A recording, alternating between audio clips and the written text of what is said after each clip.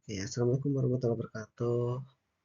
Halo guys, perkenalkan nama saya Zaki Ramadhani Stalbukori dengan dari Fisika Angkatan 23 Institut Teknologi Kalimantan. Dan di sini saya akan menjelaskan tentang proteksi radiasi dan juga menjelaskan bagaimana cara kita memproteksi ketika ada suatu radiasi yang terpapar di sekitar daerah area sekitar kita.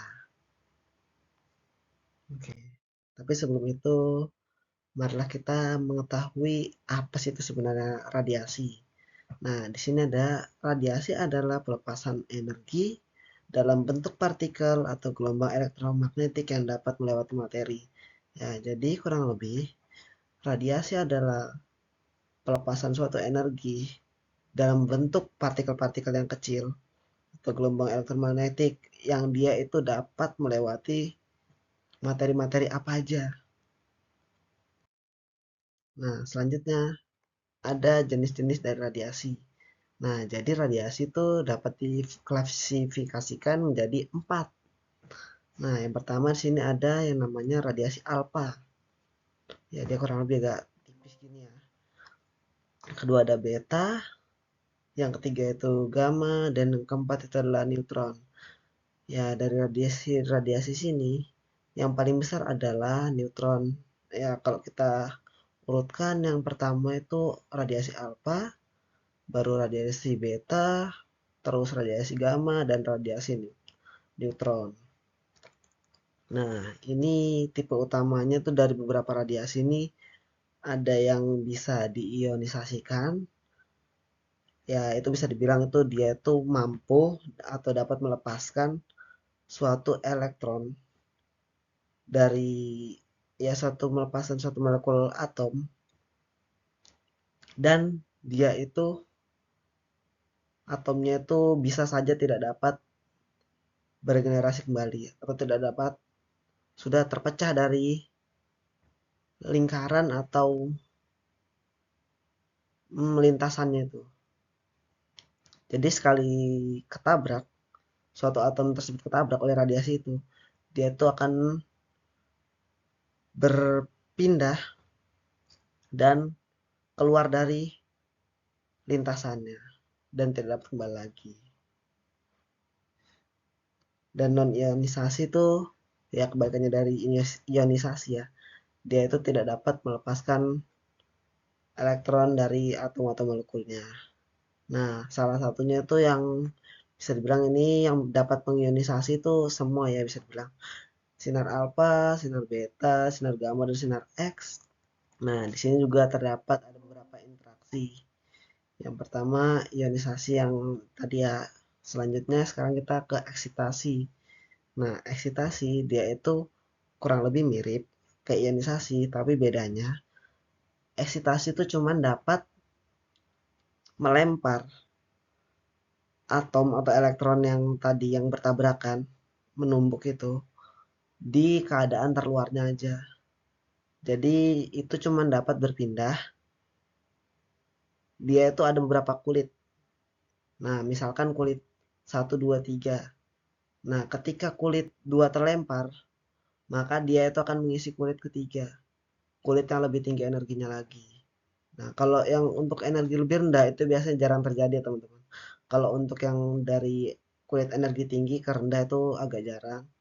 Biasanya itu terjadi kalau dari yang tinggi, dari yang rendah ke yang tinggi. Selanjutnya adalah reaksi inti. Reaksi inti. Reaksi inti adalah interaksi dari alfa yang peristiwa perubahan pada inti atom yang menghasilkan inti atom baru yang disertai sama pelepasan energi yang lumayan yang besar. Ya, selanjutnya ini kurang lebih ionisasi dan eksitasi itu sama. Kita selanjutnya ke proses Bremsstrahlung. Nah, proses Bremsstrahlung adalah suatu kejadian, suatu hal misalkan kan dia itu pembelokan proton biasanya. Pembelokan proton yang terjadi akibat adanya reaksi dari inti atom. Jadi itu reaksi yang dihasilkan dia itu dapat dibelokkan karena adanya reaksi dari inti atomnya.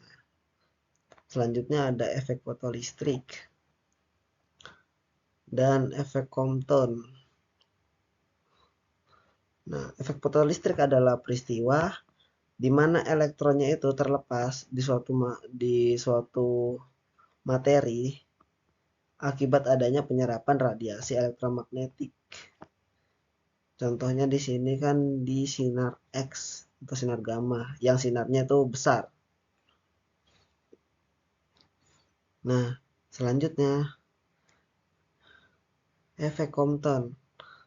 Efek Compton adalah efek yang dimana ketika foton itu menabrak elektron dan fotonnya itu akan mentransfer sebagian energinya. Kemudian setelah mentransfer, dia itu bakal terhambur dengan energi yang lebih rendah setelahnya. Tapi panjang gelombang yang dihasilkan, dia itu lebih panjang daripada sebelumnya. Nah, selanjutnya itu produksi pasangan.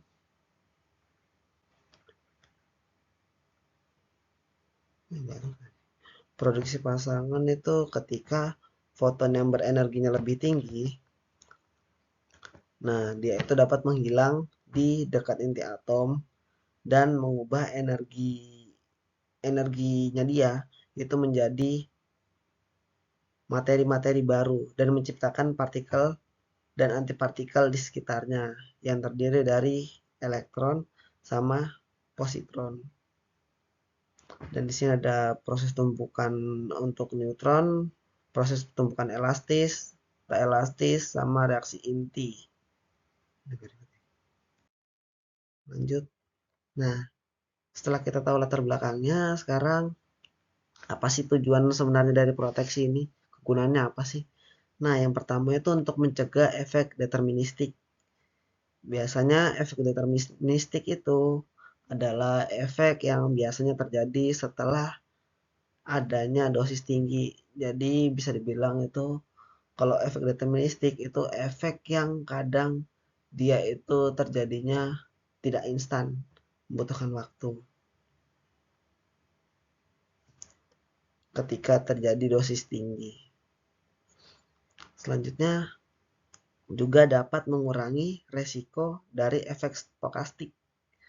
Nah, ini tuh efek stokastik, dia tuh biasanya terjadinya berangsur-angsur. Jadi, misalkan radiasi yang kita terima itu agak sekitar sedikit lah batas wajar. Nah, setelah kita menerima itu, kita belum tentu langsung kena efek radiasinya, tidak seperti deterministik. Nah, kita itu bisa kemungkinan dapat efek stokastik mungkin sekitar berapa kali kena dan itu terjadinya lumayan lama teman-teman, sekitar bisa 20 atau 30 tahun tergantung seberapa sering kita terkena radiasi. Selanjutnya itu dapat menetapkan batas dosis aman kalau kita mengetahui proteksi radiasi itu kayak gimana. Salah satunya shielding. Itu nanti ya. Nah, di sini itu harus paham salah satunya itu bagi pekerja radiasi dan masyarakat umum ketika terpapar radiasi. Itu salah satunya ketika kalau kita sudah paham. Selanjutnya itu adalah menjamin keselamatan lingkungan. Nah, ini yang paling penting ya, supaya agar tidak terjadi kecelakaan radiasi yang akan dijelaskan nanti. Setelah kita ketahui tujuannya, nah kita harus tahu juga dong bahaya dari radiasi itu apa sih sebenarnya. Kan tadi proteksinya. Nah, misalkan kalau kita ngelanggar, emang seberapa bahaya sih? Nah, ini yang saya masukkan yang agak ringan ya. Selain dari yang stokastik sama deterministik tadi, ini yang salah satunya yang pertama mual dan muntah. Selanjutnya itu ada diare, bisa juga diare, demam, lemas, pingsan, rontoknya rambut, kulit merah, gatal, bengkak. Ya, ini kalau terlalu parah dia itu sampai berasa kayak terbakar daerah sekitar kulit.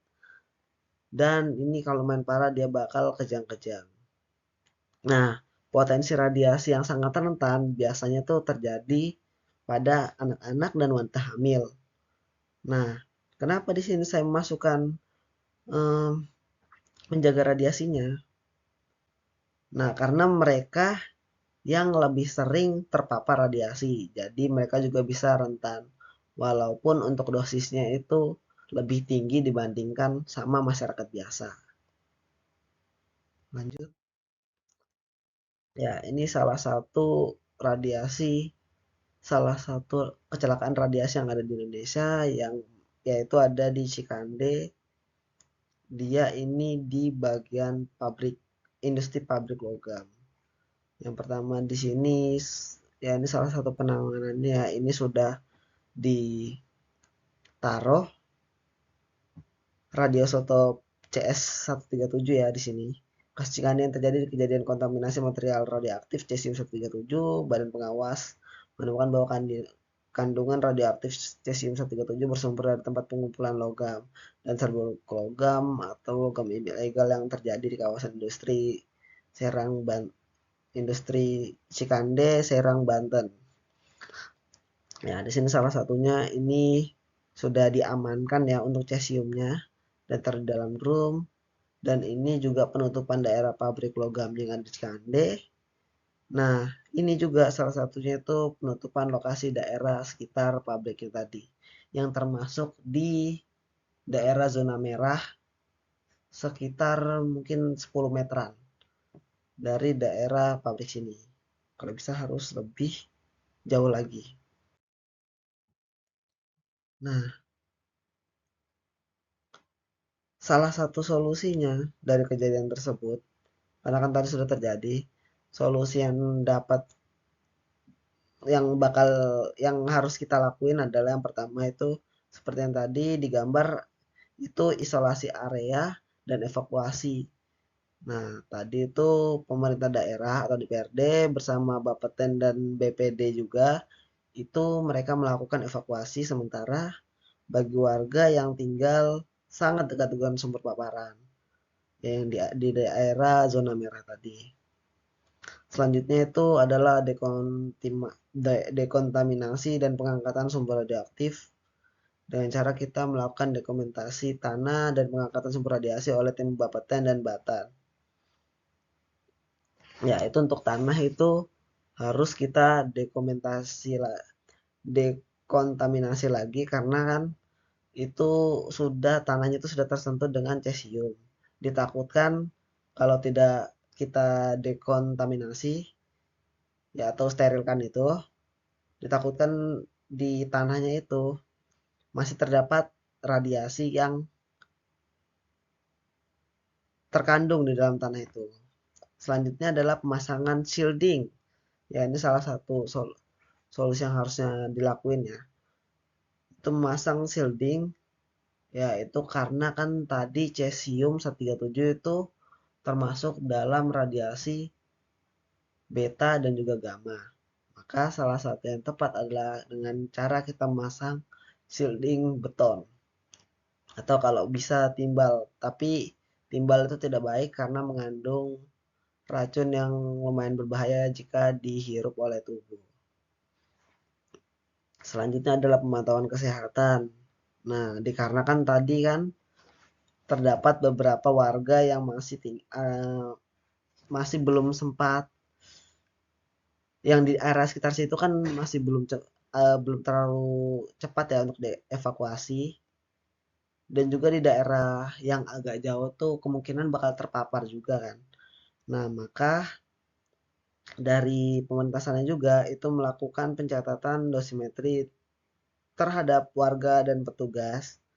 Kemudian mereka akan menyediakan pemeriksaan medis dan dosimetri jika diperlukan. Ya, itu fungsinya buat mengurangi dampak dari radiasi yang ditimbulkan, teman-teman. Setelah itu salah satu pencegahannya agar tidak terulangi lagi kejadian yang tadi itu adalah pengawasan ketat sumber radioaktif. Ya itu harusnya penting ya, itu Badan Keamanan Radiasi seperti Bapeten harus melakukan inspeksi rutin ke industri atau rumah sakit atau laboratorium yang menggunakan bahan radioaktif. Selanjutnya itu adalah keamanan penyimpanan radioaktif yang terstandar. Nah, ini juga salah satu yang penting ya. Ini untuk sumber radioaktif itu wajib disimpan dia di ruangan yang berizin, terkunci, dan aksesnya itu sangat terbatas ya untuk beberapa orang aja dan diawasi oleh CCTV. Ditakutkan adanya kejadian kayak seperti tadi yang menimbulkan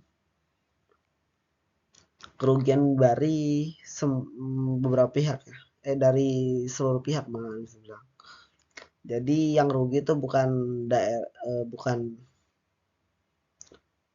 pekerja di pabrik itu aja, malah masyarakat yang tidak bersalah malah kena imbasnya juga. Makanya harus diberikan akses terbatas sama diawasi oleh CCTV. Ini untuk mencegah akses orang tidak berwenang dan menghindari tindakan ilegal. Seperti yang tadi ya. Lanjut, itu kita harus memperbaiki prosedur dan standar operasional SOP dari setiap masing-masing rumah sakit, industri atau laboratoriumnya itu harus. Nah, untuk SOP-nya atau standar operasionalnya, mereka itu harus mengikuti regulasi Bapeten dan standar IAIA, IAIA, International. Nah, di setiap prosedur penyimpanan itu ada standarnya ya.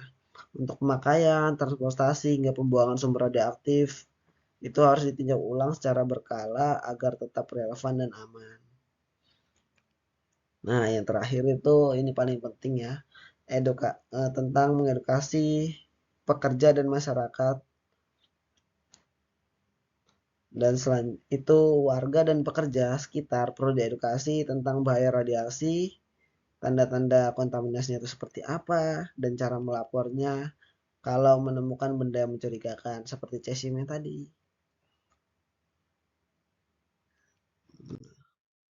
Ya, kesimpulan dari proteksi radiasi ini adalah dari kasus tadi adalah kasus Cikande itu terjadi karena sumber radioaktif yang bisa dibilang tidak diawasi dengan baik hingga akhirnya ditemukan di area publik dan sangat membahayakan masyarakat. Nah, untung saja penanganannya cepat berhasil karena Bapeten telah mengamankan sumber radiasi tersebut.